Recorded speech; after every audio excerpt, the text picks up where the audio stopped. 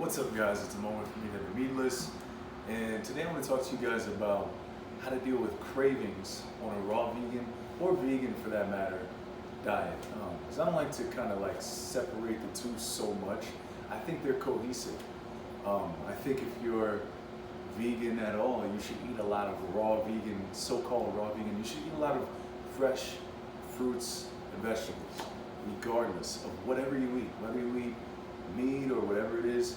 I mean, if you're one of these carnivore people and you think all plants are bad for you or whatever, then okay, that's different. But if you're not one of those people, then it's of my opinion that the more fresh, high quality, ripe, preferably organic when it comes to most things, fruits and vegetables that you eat, the better you feel and the better you look. So, and also the better you think. So that's why I would recommend that. I mean, obviously doctors recommend it and so on and so forth, so I'm not the only one. But anyway, so let's get into it. So okay, if you find that you're, we're gonna say raw vegan for this example. If you find that you're raw vegan and you're having cravings for cooked food, the best thing to do, and I know this from experience, I can tell you, the best thing you can do is go and eat something really, really filling. So if you're a raw vegan, that might be a dessert, a raw vegan dessert. Or if you want to keep it simple, that may be, you know, a smoothie with a bunch of frozen bananas and maybe some dates in there. You know, maybe some nut butter thrown in there. If you eat these kind of things that are very filling, it might be to eat some more avocados. If you eat these kind of things that are very, very filling, you'll find that you have less cravings, because generally the cravings come because you're lacking in calories. You usually need more calories.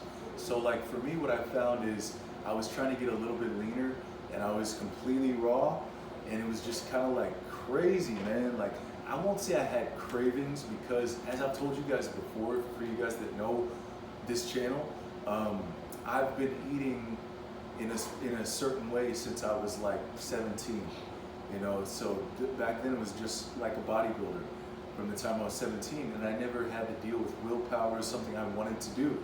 So ever since, when I've needed to make a shift in my diet or my exercise regimen, it's very easy for me because it's worth it to me. I understand the benefits. I've seen benefits from all the different things I've done.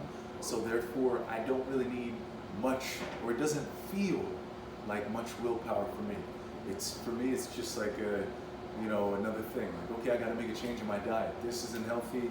You know what I mean? It was like the same way back when I was cutting out pork, and then when I cut out red meat, and when I cut out dairy, so on and so forth. So anyway, so if you're finding that you're on a raw vegan diet and you're having cravings, you're feeling weak, you're feeling tired, any of these things, you need to eat some calorically dense foods. The water-rich stuff is not going to work for you, right? The water-rich stuff may be good if you want to cleanse and you want to kind of not do too much, right? I'm not saying don't have any of that stuff.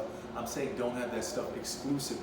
So you want to have, you know, your water-rich stuff, but you got to have your dense, really like grounding, keep you feeling full, give you that, after you eat it, you're like, oh, I'm completely satisfied, I have tons of energy, I can run around kind of food. You got to get that in your diet, unless you're on like a juice fast type thing and you're trying to like cleanse and all that, like I said.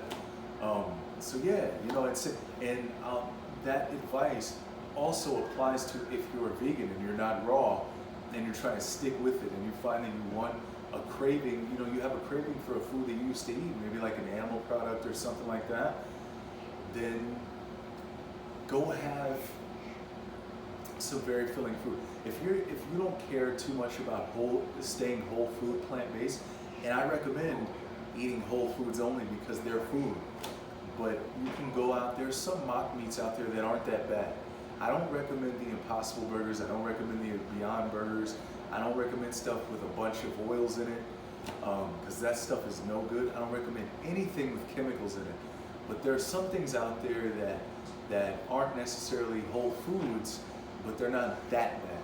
right? So you can go out and you can have some certain like vegan chicken tenders or burgers or whatever you're craving, right? So make sure that you're addressing that, because a lot of times the reason why you have trouble staying with it is you're not getting enough food. If you're, it's like there's a saying, and as a personal trainer, I've been familiar with this for a long time, and it's don't go to the supermarket when you're hungry, right? So you don't want to go grocery shopping when you're hungry, because you're gonna pick out a bunch of stuff that you don't need to be eating.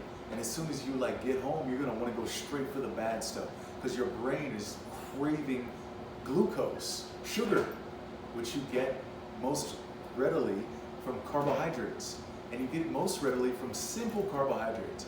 This is why you crave ice cream, cookies, cakes, pies, chips, whatever it is. You know, you're craving, your brain is literally craving glucose. Your body runs on glucose, preferably. And so this is why you get those cravings. So it's the same thing. If you're having cravings, you're probably not nourishing yourself enough. And also you have to make sure that your diet is enjoyable for you. So there's like so many different ways to do plant-based. That's why some people say like, oh, a vegan diet isn't healthy. It's like, well, what kind of vegan diet? Yes, some vegan diets aren't healthy and some are incredibly healthy. You know, so you can't lump it up, because there's so many different ways to do it. So yeah, anyway, hope that helps, guys. Hopefully we didn't ramble too much. We got to the point, I think.